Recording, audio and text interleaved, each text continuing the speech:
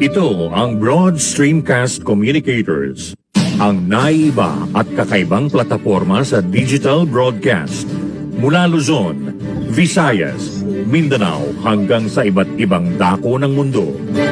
Broad Streamcast Communicators, ang sandigan ng sambayanan mula sa walang labis at walang kulang na pagbabalita, paglilingkod, maglalahad ng mga mapagbuong komentaryo at usaping pambayan para sa kapakanan ng karamihan.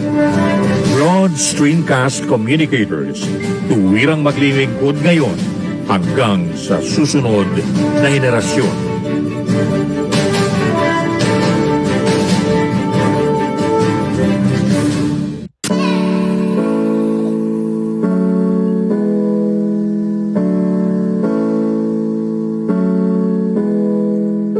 Buhay Online, chikahan at kaalamang pangkabuhayan. Ating tunghayan, pakinggan at tuklasin ang mga pangyayari at kaganapan sa mundo ng online. Buhay Online, chikahan at kaalamang pangkabuhayan.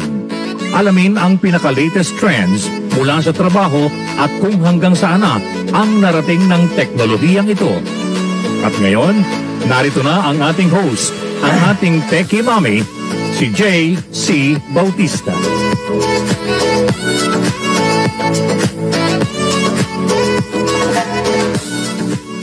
Hello, friends, family, colleagues. Magandang umaga. Happy Tuesday, everyone. We're here po. Back, dito naman tayo sa Buhay Online with me. At samahan niyo po ako sa loob ng less than an hour, maybe 55 minutes. Okay, to spend talking about technology and how the latest breakthroughs and the latest news and latest topics po. Anything that you want to talk about or ask about regarding technology and how it helps you or how it helps us, kung paano to nakaka-apekto ng ating buhay at kabuhayan.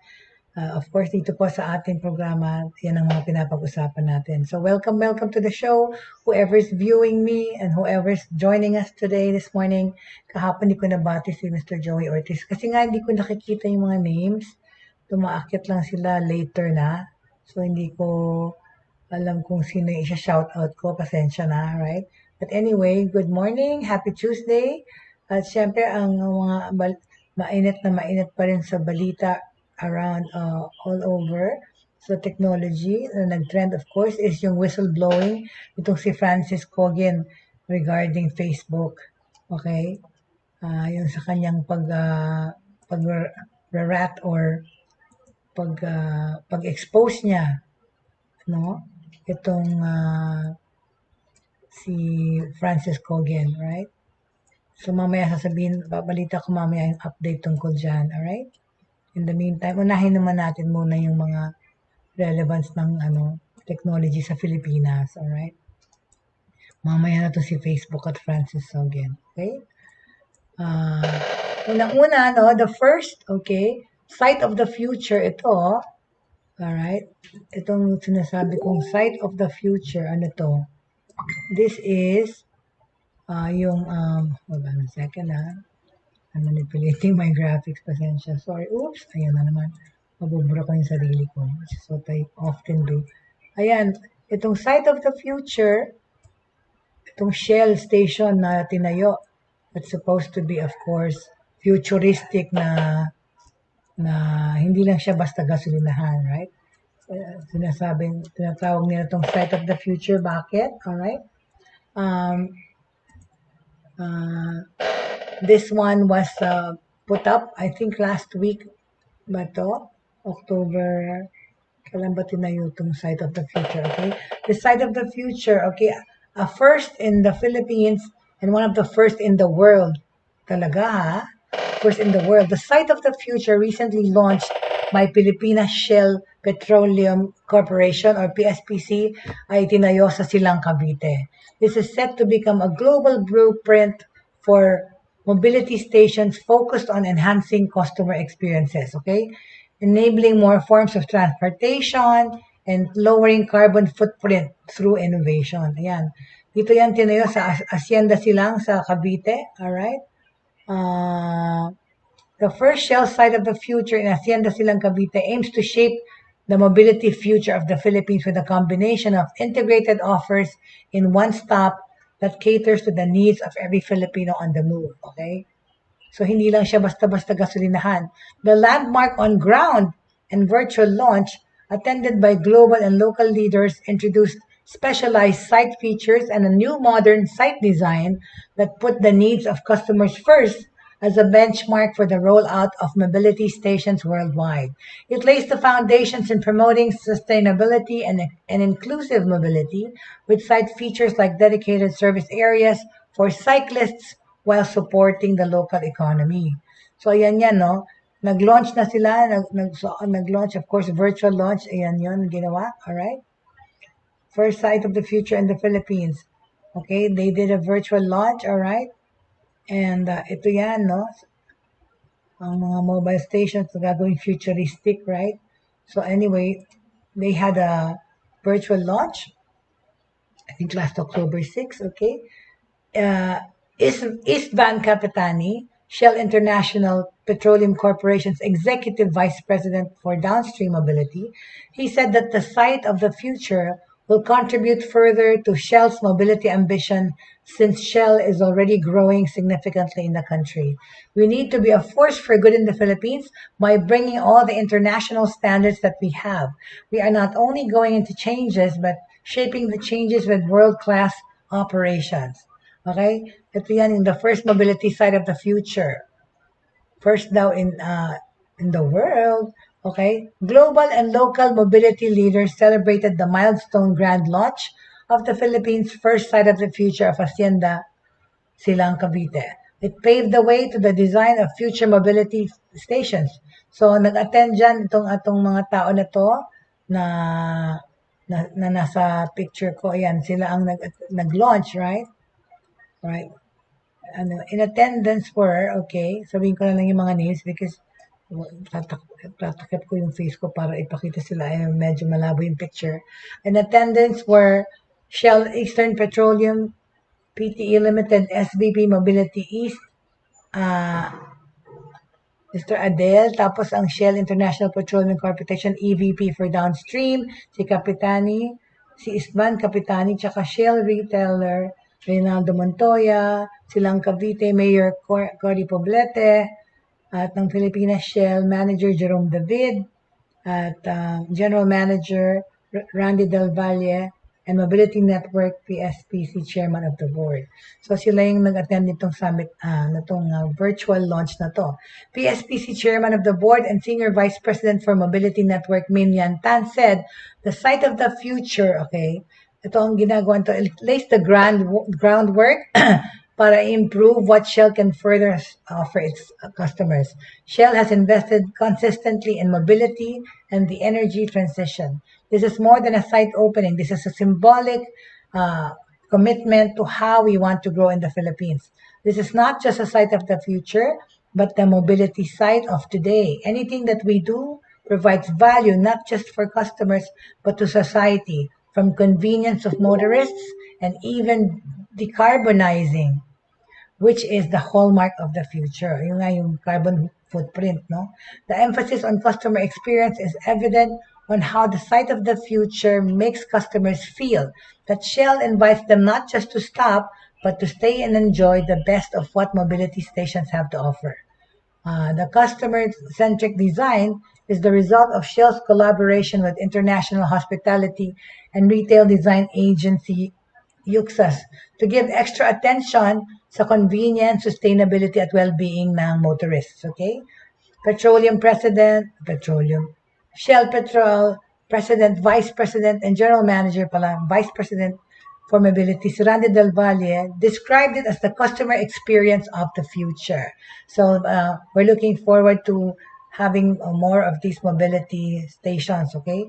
Merging global expertise and local insights for the vision of the future makes it more than a fuel station but a destination. We are catering to the needs of people on the move, from cyclists to pedestrians and even those at home with on-demand services. The site of the future is an example of how mobility can keep moving the Philippines forward.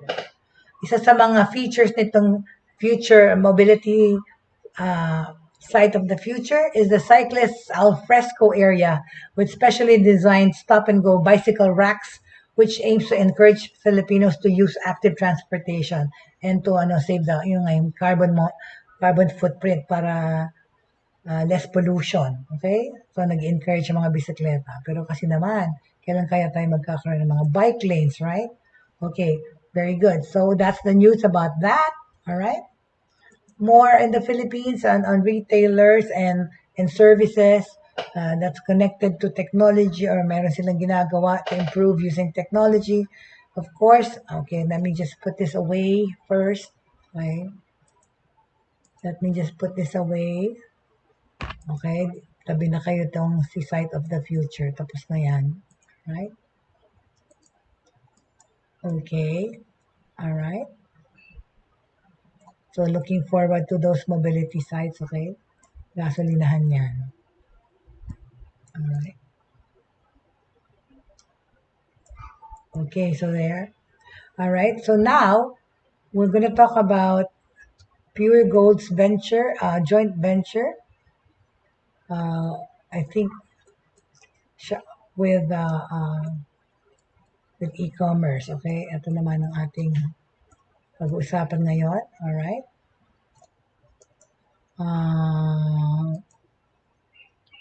Okay.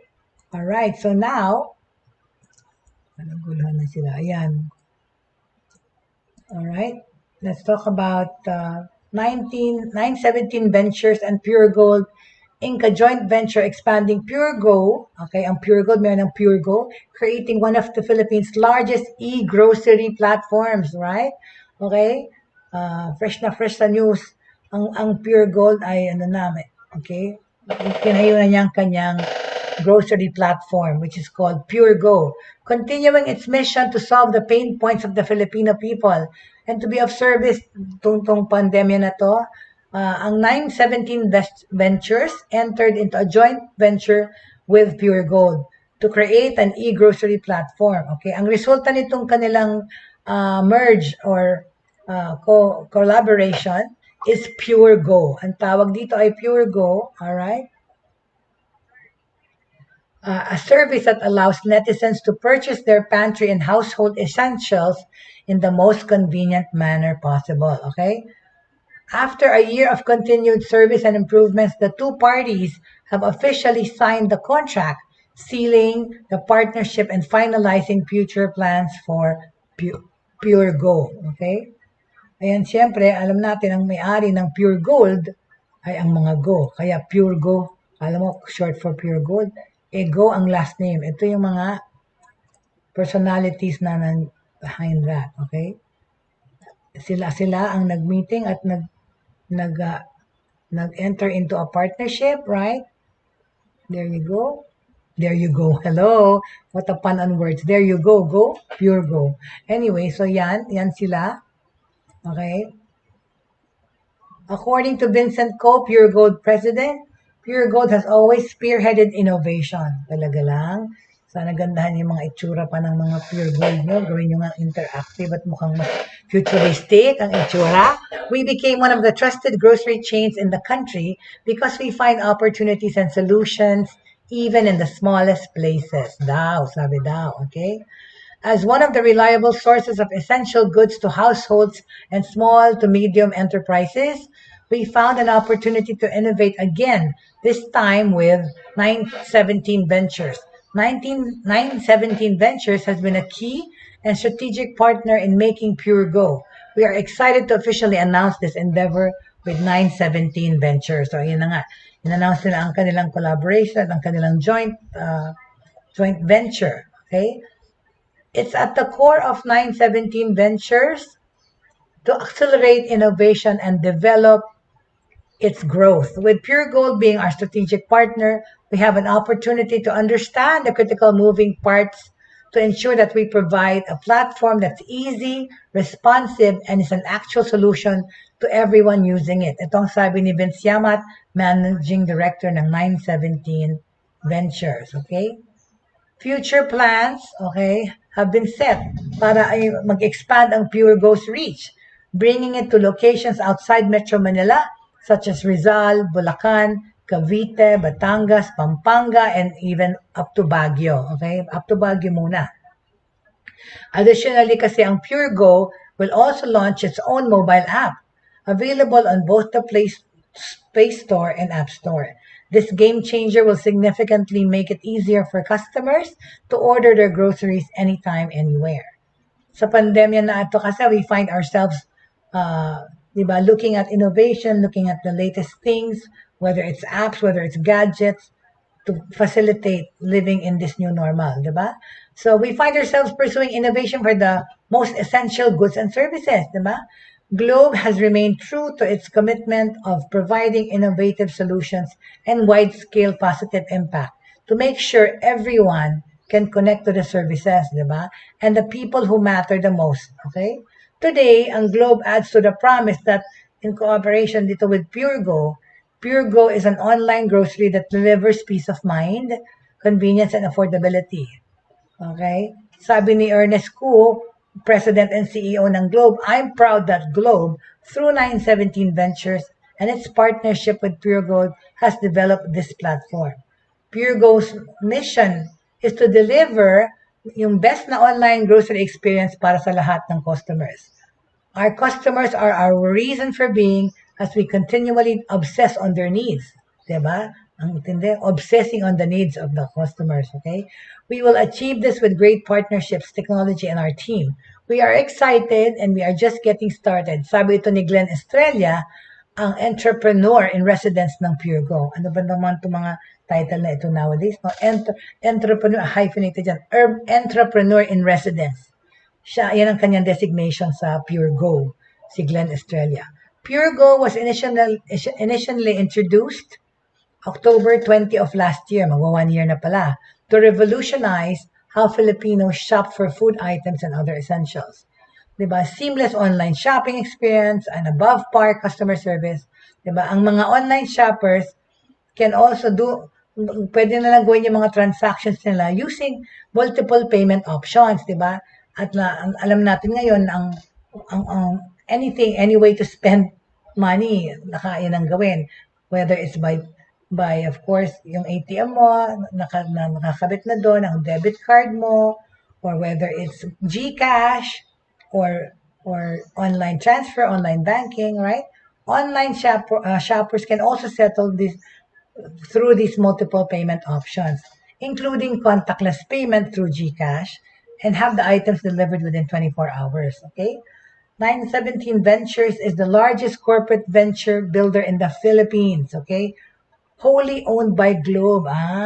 Globe naman palang may-ari nito. So actually, ang Globe ang nakipartner kay PureGo, right? PureGo is one of the leading supermarket chains in our country. Okay, so sa balitang yan, okay, good news naman yan, right? Right? That is really good news, okay, to know regarding convenience naman, right? Very good. Okay? So, ano-ano pang balita sa Pilipinas?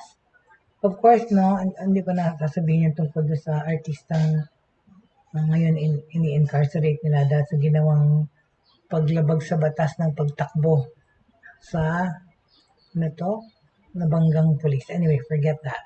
I want to talk about, diba? Because the delivery business is booming everywhere in the world because of the pandemic.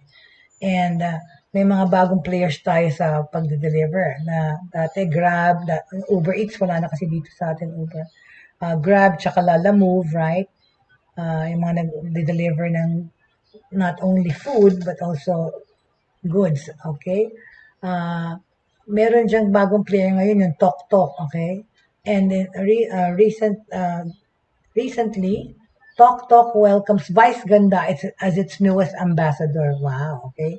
Si Vice Ganda, phenomenal star, and one of the country's leading endorsers, is now the latest brand ambassador of Tok Tok, a Filipino-developed app that offer a one-stop shop for all your needs. Hindi lang pala delivery. Akala ko kasi ano lang siya eh. Taga nga, pakita ko na nga ito. Akala ko, ano siya, parang Grab. Pero, let's find out. Okay? Kasi they're saying that, okay? So, kunin ko na ito. Latest endorser of Tok Tok is Vice Ganda. Tara. Hold on, please. I'm just gonna have to crop it up again. Tok Tok. Vice. Okay, there you go. Let me just get it and grab it for you. Okay, tapos na itong si Pure Go. Go ka na. Sorry. Sorry, I'm trying to be punny. My puns are intended, okay? Okay, tapos na yan. Biggest platform. Alright. Kuha tayo ng ibang story, okay? Okay. There you go. Ayan. Okay, so yan. Okay, si Vice Ganda ang latest endorser ng Tok Tok. Okay? Tok Tok pala to. Right? Okay? Alright. Okay, so, okay, he's the newest endorser. She is the newest endorser, right? Tok Tok and Vice Ganda share the same qualities. They said they're both funny, trendy, and up to date. Okay. Tok Tok, with its multifunction and easy-to-use features, will provide you with your essentials. Jonathan So and Carl Makadangdang, founders of Tok Tok, welcome Vice Ganda into their family of stars. We are happy that Vice Ganda chose to be with us. She would definitely be a big factor in terms of our marketing plans. Vice Ganda's colorful personality and multiple talents daw definitely fit their brand's need.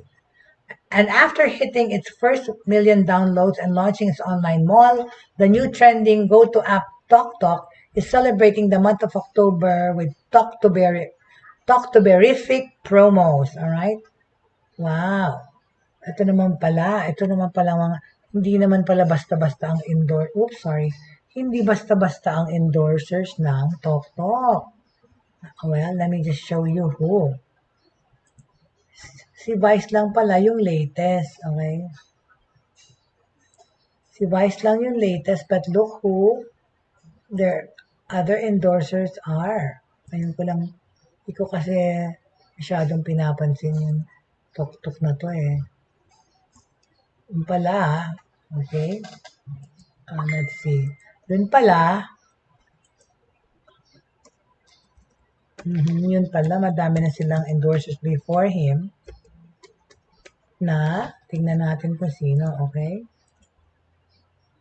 So, yan si Vice, no? Hold on. Ang ibang endorsers pa ng Tok Tok. Tok Tok pala is an app. Kala ko ano lang siya, Grab, delivery. Ayan. Look at yan lang naman. Ito ang kanilang endorsers. Alright. There you go. Ta-da! These are the endorsers of Tok Tok.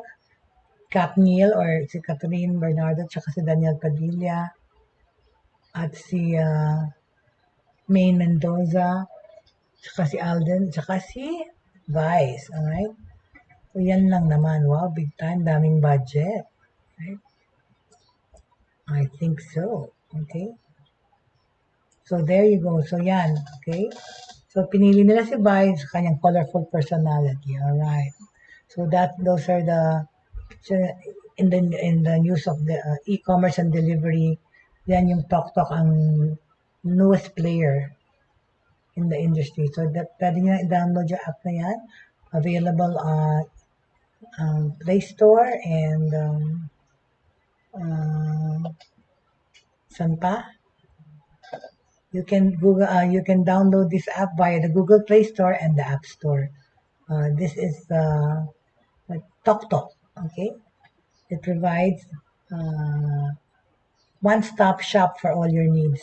Kung ano man ang kailangan nyo. Alright? Very good. Alright. So, tapos na tayo dyan sa balita na yan, tungkol sa Tok. Alright? Punta naman tayo sa, okay, kasi the other day, no, they were asking about, yun naman, cyber hackers and all that. But in that connection naman, kasi we've been talking about yung whistleblower sa Facebook, kasi it is really a trending issue nowadays. Itong si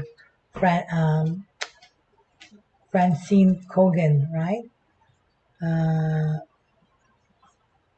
She said on Tuesday that the social media giant fuels division daw, harms children, and urgently needs to be regulated, drawing pledges that Congress would take along. Kasi matagal nang pinag-uusapan tong issue na to, yung tungkol sa secure ng mga tao.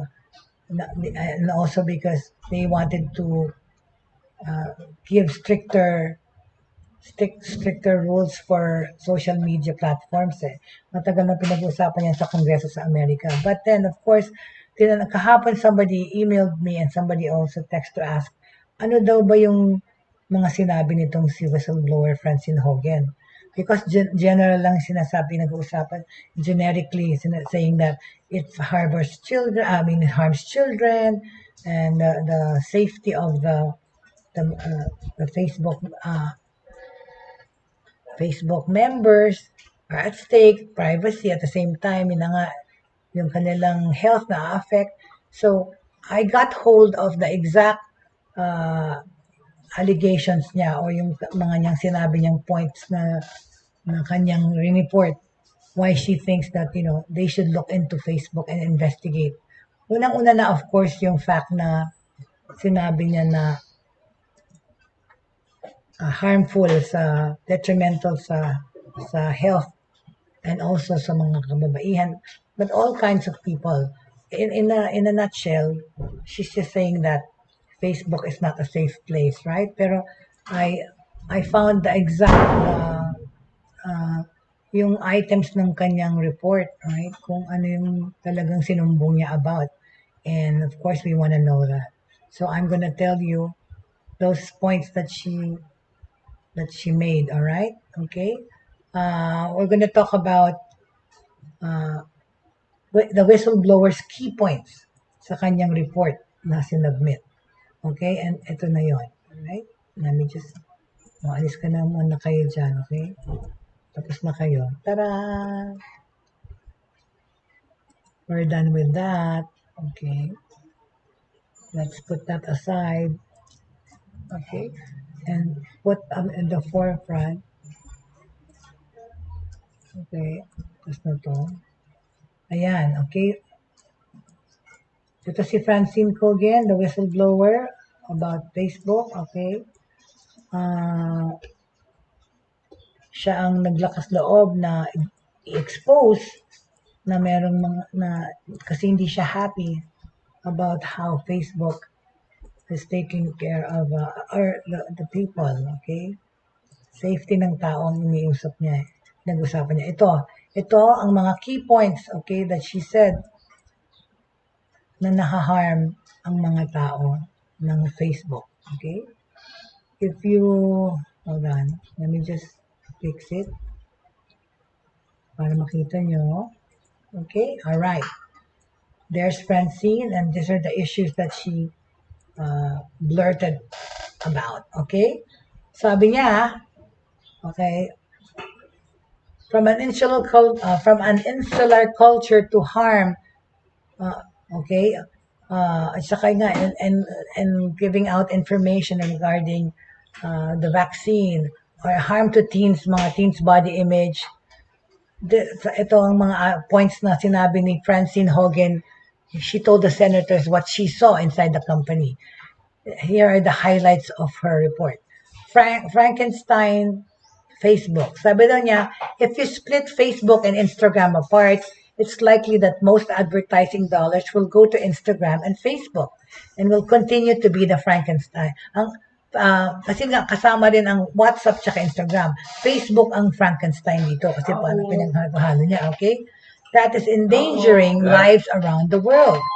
These systems are going to continue to exist and be dangerous even if broken up. If broken up, okay? So yun, Frankenstein daw on Facebook. Tapos release company studies. Okay?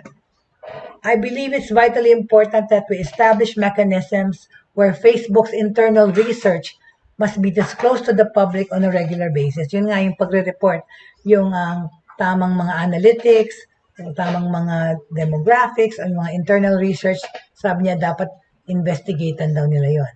Ang insular culture, anong ibig sabihin? Facebook has a culture that emphasizes that insularity is the path forward.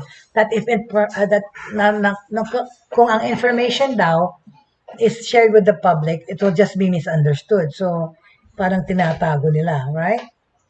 So, change won't be hindi detrimental.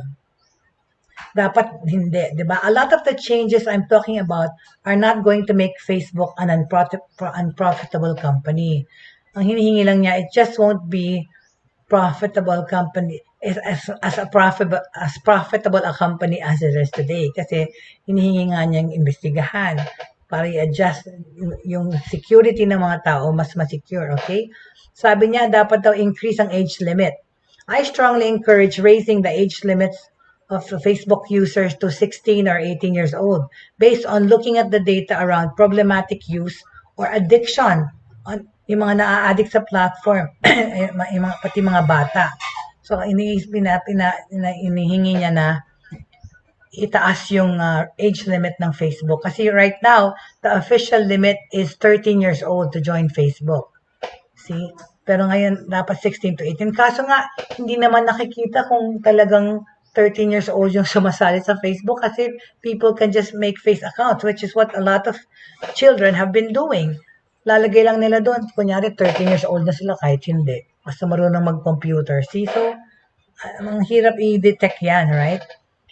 Facebook needs help. You can declare moral bankruptcy. You can admit you did something wrong. Ayun ang sinasabi ni Francis Hogan. Kasi daw, ano pa, may eating disorder dangers, alright? Ayan, eating disorder dangers. Yan ang sinasabi niya. Okay? Kasi talaga naman, ang daming hindi na kumakain sa kaka-Facebook or sa kaka-social media. Sabi ni Francine, I also want to emphasize that eating disorders are serious. There are going to be women walking around this planet in 60 years with brittle bones because of the choices that Facebook made around emphasizing profit today. And this what she means is that yung mga inaalaw nilang mag-intrude na mga ads sa Facebook na yung pampapayat ng babae or pangpaganda or whatever, sabi niya, yung hindi na pinipili. Yun ang sinasabi niya na Facebook is only interested in profit, not the safety of its users, right? Tapos, sabi niya pa, parents don't understand. Facebook knows that parents today, they have never experienced the addictive experience of being on social media. With a piece of technology, they give their children bad advice. They say things like, why don't you just stop using it? Okay? Kaya hindi nila alam na there's a bigger problem that's emerging from this. Is yung psychological attachment to social media and everything else. Okay? At ang isa pang sinabi niya ay yung structural problems. Facebook daw has set up an organization where the parts of the organization responsible for growing and expanding are separate and not regularly cross-pollinating or cross-referencing with the parts of the company that focus on the harms the company has caused. Okay? So, yun nga, tapos yung Facebook knows that content that elicits an extreme reaction from you is more likely to get a click. Diba? Or a comment or a reshare. Those clicks and comments and reshares aren't necessarily for the benefit of the people daw. They prioritize content in your feed, tindihin nyo so that you will give little hits of dopamine to your friends so they will produce more content. So, parang vested interest, of course, lahat ng clicks na yan, hindi man naman para sa inyo, para lang sa Facebook's profit. So, yan yung mga points na sinabi ni Francine Kogan regarding Facebook. Okay? Alright? Yan yung mga sinabi niya na feeling niya, yan si Francine ko, gano'n, ang lakas ng loob ng babae na yan, right? Na mag-whistleblow sa Facebook. Alright? But good for her, hindi siya natatakot, right?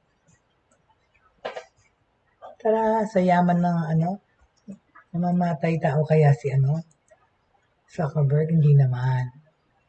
Hindi niya salvage tong si Francine for exposing.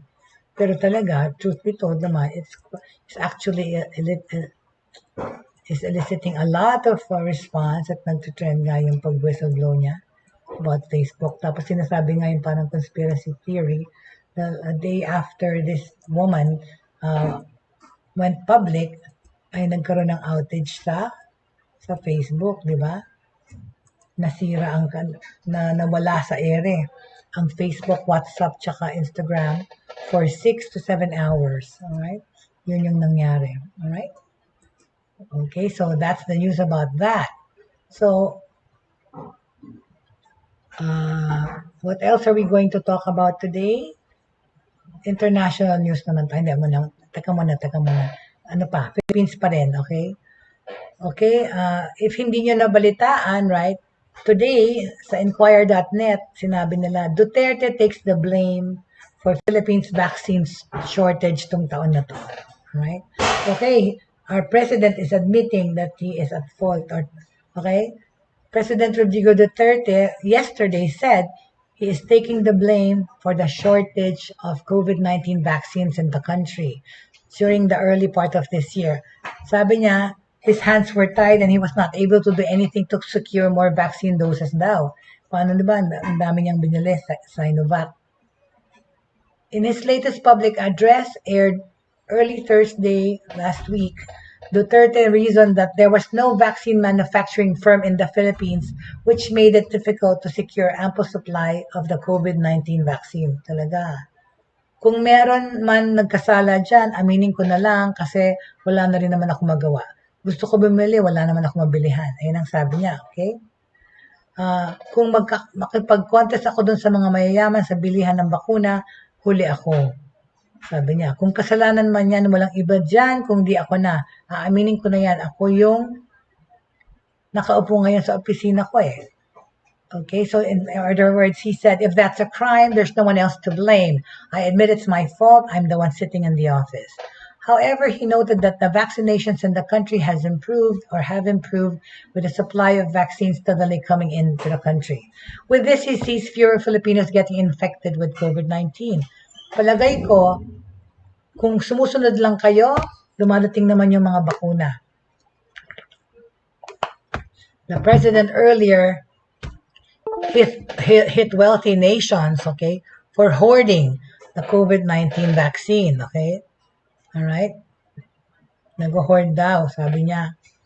Sinita niya yung mas mayayamang bansa, mas nakakabili agad, no? He said that selfish doubt to even talk about booster shots when poor nations are barely getting by. Well, of course, patatsada naman yan sa Amerika. Because America, they're getting ready the booster shots already. Yung presidente nag-third shot na nga eh. In December last year, Senator Panfilo Lacson disclosed that Department of Health Secretary Francis Duque III dropped the ball in securing millions of doses of Pfizer's vaccine as early as January by failing to submit a confidentiality agreement that would have allowed the transaction to push through. Duque, however, denied that someone messed up, noting that the government's negotiation with the US-based pharmaceutical company was still ongoing at the time. The COVID-19 vaccination program in the Philippines started March 1 using Sinovac vaccine doses donated by the government of China. Hindi ba nga? Yun na nga yun. Alright? So, that's the latest. Okay? Inamin ng ating Pangulo. Kasalanan daw niya. Alright? Well, anyway, so I got some email and text messages talking about cyber crimes and all those things. I want to tackle that whole issue kasi for a whole episode or a series because marami pa rin nangyayaring ganyan. At saka rampant pa rin siya, lalong-lalo na, right? Lalong-lalo na yung mga sa email, okay? But international news na muna na tayo naman regarding aerospace, okay? Di ba, presently, nakakapunta na sa moon tayo. Ngayon naman, they're around the world naman, they're looking into simulating life on Mars. Okay? Sa Israel. Okay? Sandali. Meron akong ano dyan eh. Ayan o. Recently, hold on. Ayan. These 4 people sa Israel to. Si Dr. Gernot Gromer, the director of the Austrian Space Forum, in the desert of southern Israel, a team of 6 scientists have begun simulating what life might be like or how it is to live on Mars. Okay, so the Red Hugh Drummond crater will be home for about a month. So gumawa sila ng parang sinisimulate nila kunyari ang life on Mars. Yung nasa teka, pakikita ko nga yung itsura ng facility. Hold on. Okay, hold on, please. Bear with me, sorry. Teka. Let me see. Hold on, please. We're 6 people. They're working in a tight space, and there are a lot of pressure to do the tasks. They are in Israel. So, they are there. They're going to live there for a month. Okay. Teka muna. Kasi, ano yung video? I can't play the video pa eh. In the future, I will do that. But anyway, these 6 people nga, they're going to be living there and simulating life in Mars, kunyari, dyan sa facility. Ito na, nakuhanan ko na ng picture. Yan. Hold on, please. Bear with me. Yan sila sa Israel, oh. Okay. Space.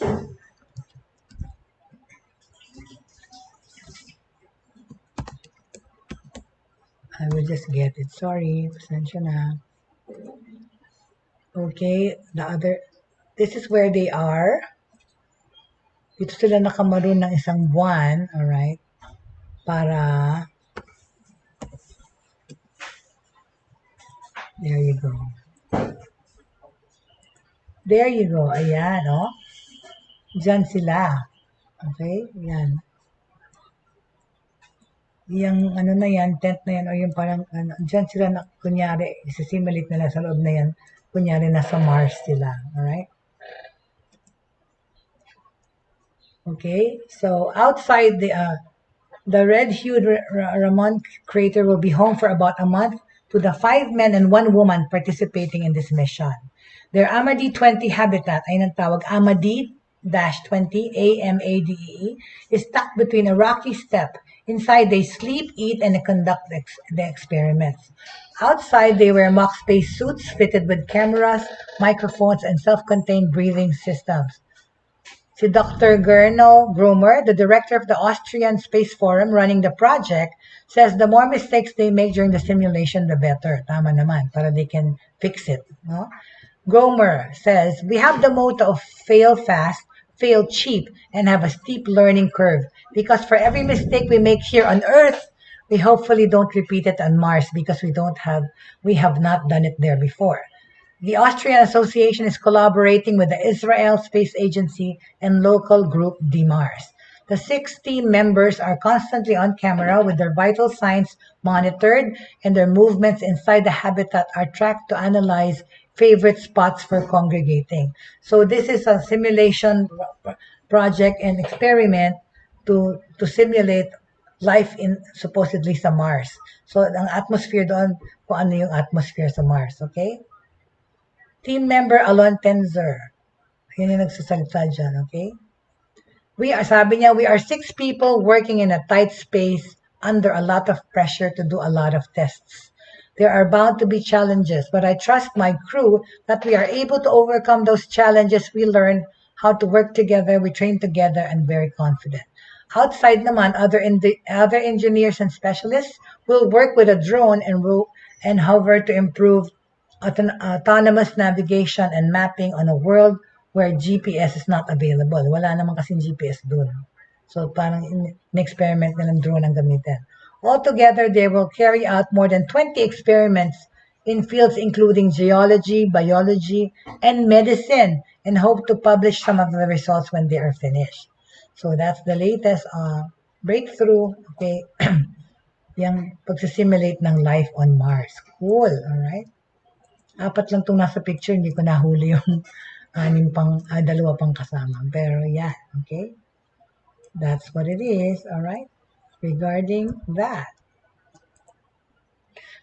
Okay, so any more questions and suggestions, please feel free to field your questions in my PM me sa Messenger or my Facebook or my email, okay? Excuse me, or my email or send it through here sa Broad Streamcast Communicators page ng Facebook. Okay, so yun nga, yung mga nagtanong, how do you protect yourself now from cyber criminals in this pandemic? Okay, we can start this, okay? We can start discussing it today and tuloy natin through the week, all right? The pandemic has dramatically changed, of course, the way we work and learn. At kasama dyan, okay, it forced many of us, okay, to use technology that we don't completely understand. And cyber criminals are more than willing to use this ignorance to scam us. Yun na nga. Kung ang developments ng technology, yung, like I always say, we use it for or against us. At itong mga cyber criminals na to, tumalino pa mas lalo, ginalingan pa mas lalo to sa pandemic na to, para gamitin yung technology to scam us. And ang dami-dami, di ba? Identity theft, all those things, and pagnanakaw ng information and data sa atin. Being a victim of cybercrime is like having COVID-19. Oh my God. Even worse. Wag naman. Ganun. Pero parang ganun. Once infected, it is not only us who could be affected, but also the people close to us. Lalo-lalo na ngayon, di ba? Ang dami yan. Nakikita nyo, yung dati nyo ng friends, matagal nyo ng friends sa Facebook, all of a sudden, nag-PPM sila or nagme-message sila sa inyo, add me on Facebook. Okay, beware of that. Don't even entertain because cyber criminal yan. Kasi usong-uso yan, ninanakaw. Yung pag na-infiltrate na nila yung Facebook mo, kasama na dyan yung contacts nyo. Tapos nga, kung naka-cloud kayo, everything that's yung mga gadgets nyo na related, makukuhanan na nila lahat ng information. Okay?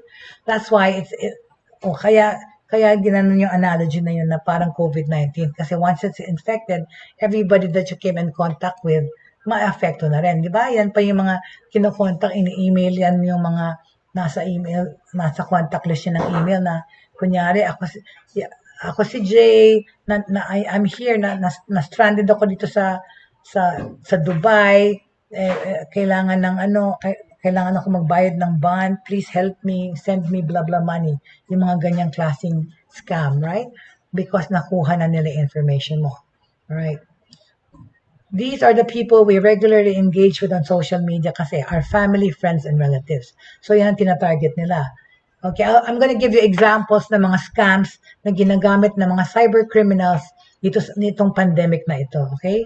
Dahil matagal na itong mga cyber criminals na ito, pero specifically itong pandemic, ito'y pa rin yung mga nangyayari na scams, right? The scammers will try to gain your trust, to get sensitive information. Tandaan nyo yan. So please be very, very careful. Okay? Mas mabuti pa, do not give information online, personal information, please. And even in the email, alamin nyo muna, kaya nga, di ba ang video ngayon nagpapalabas ng mga text saying na pati Lazada, meron diyang mga buyer beware, caveat emptor. Kung kunyari, okay, sa reselling, di ba ang daming mga fake resellers dyan na sasabihin sa'yo, okay, well, it happened to me kasi ako naman kasi, I was trying to look at mga e-bikes ganyan. Nakita ko bila mura. Kaya pala mura, pag chinek mo naman kung saan yung tindahan nila or whatever, wala silang mabigay na tindahan. Sasabihin nila sa'yo, they can deliver it right away today. Basta bigay mo yung down payment. Down payment mo, either i-Gcash mo or bank to bank. Of course, i-Gcash na lang daw mas preference. Pero syempre, hindi mo yun gagawin kasi wala silang physical store. At tapos naka-advertise lang sila doon. Tsaka yung mga pictures na pinopost doon, kayang-kaya ng nowadays ngayon talaga with technology, gumawa ng even videos na kunyari may store. So, please verify first the information nung sa binibilan nyo bago kayo. At sabi nga ng Lazada, ang mga cash on delivery, hindi nang hihingi ng down payment, hindi nagpapa-deposit sa account diretso. Alright? Please beware of that. So, anong mga cybercrime or scams ang nangyayari ngayon in this pandemic? Unang-una na, yung love scam. Alright? Love scam. Alright? Siyempre, ito sa pandemya na ito, lalo na yung mga working from home or have been locked down sa bahay nila, it harbors loneliness, di ba? Loneliness, ito sa pandemya na to is real. And scammers, alam nila to. Kaya, they bank on this, okay? Cyber criminals are targeting people who are posting about being alone and kunyari, nag-emo, right? Na selfing malungkot ang mukha, para ka nag-advertise na you're openly looking for love online. While most of the victims are women, okay, above 50 years old, there are cases of Filipino seafarers as young as 20 years old who were scammed by cyber criminals pretending to be women looking for relationships. O nga, yung mga seamen, ang daming nabibiktima, di ba? Yung mga natutulfo-tulfo na padala ng pera, tapos yung pala yung girlfriend, so to speak, na virtual girlfriend, ay may ka-live-in at silang dalawa hinuhot-hot nila tong seaman. Sila yung siniscam nila itong kawawang nagtatrabaho abroad. Okay? Here are some of the red flags, okay, that you need to be aware of. Ito ang mga dapat yung, what do you call this? Pagbawalan, not pagbawalan. Iwasan, thank you, hindi pagbawalan. Ito ang mga dapat yung iwasan pagka mayroong mga telltale signs or red flag itong mga love scammers na ito. Number 1, okay?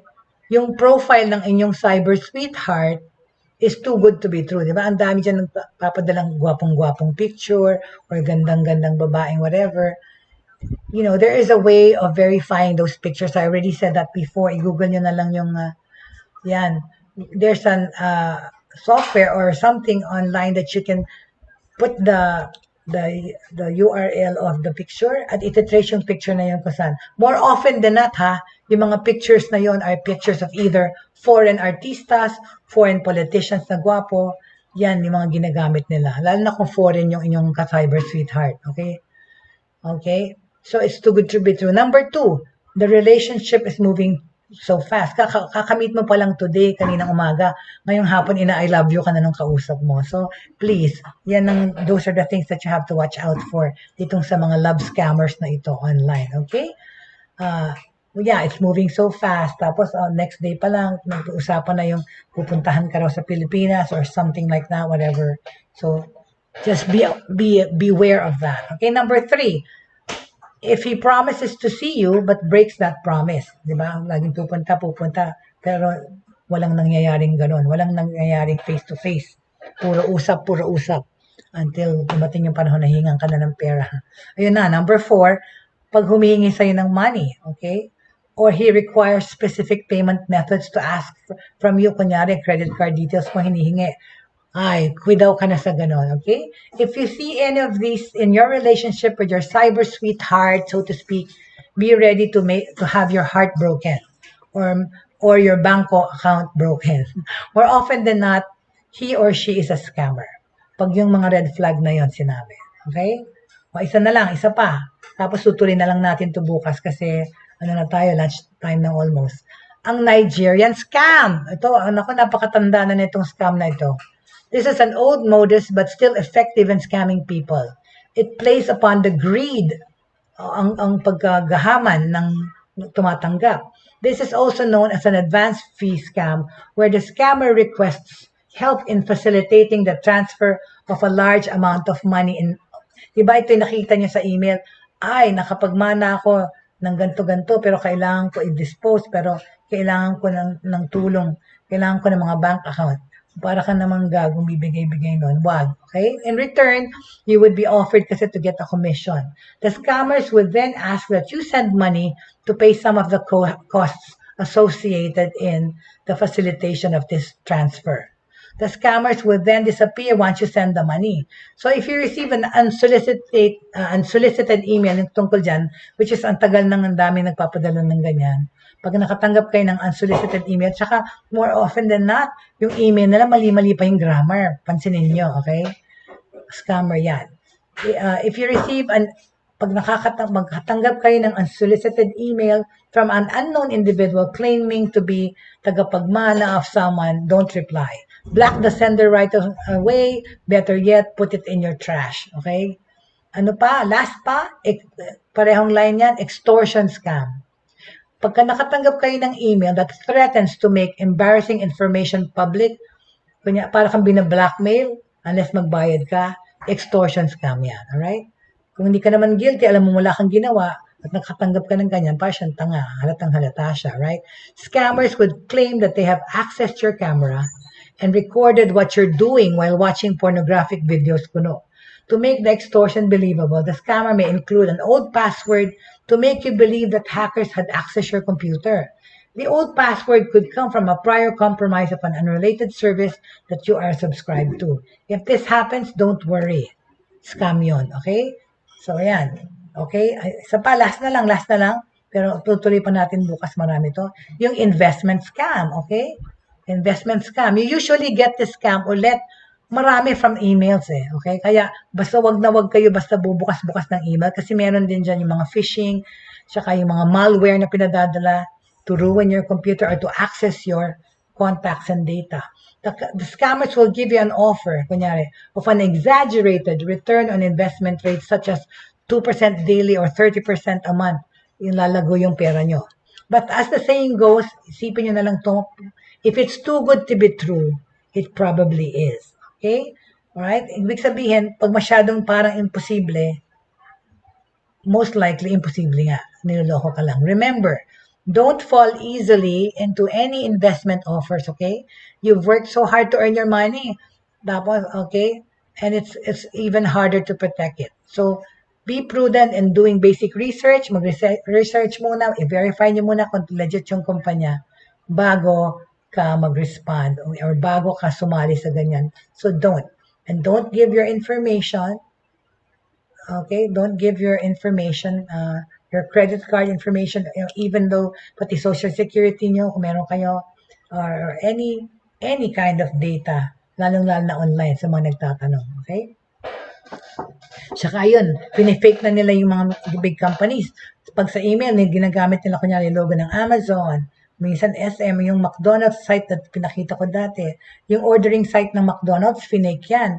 Because dinidirect nila sa kanilang sariling website and they're selling also siguro substandard fake, kunyari nugget stuff. They channel, tinatransfer nila yung buyers sa kanilang site. Ninanakaw nila yung customers ng McDonald's. So yun ang mga cyber crimes na nangyayari. So anyway, with this, I'd like to end this episode and we will continue tomorrow regarding how to protect yourself from cyber criminals amidst this pandemic. All right? So maraming salamat po for those who joined me today. And of course, regards to my Bautista family, my sister Jenny, Winnie and George, Winnie sa Manila, my brother Julius there in Marikina, and my sister Jackie and her family, the Lakap families po here in Pampanga who are constantly there for us, ng aking mabutihing fiancé na si Jenny, and of course my son Kiani, who's with me here in Pampanga. Thank you very much for joining me. Magkita-kita po tayo ulit. Bukas patuloy kong pag-uusapan yung tungkol sa how to protect yourself from cyber criminals in this pandemic. Thank you so much for joining me. And of course, always keep love, faith, hope, and love in your hearts. Huwag kayo mawala ng pag-asa at pananampalataya at pagmamahal. Thank you very much. See you tomorrow.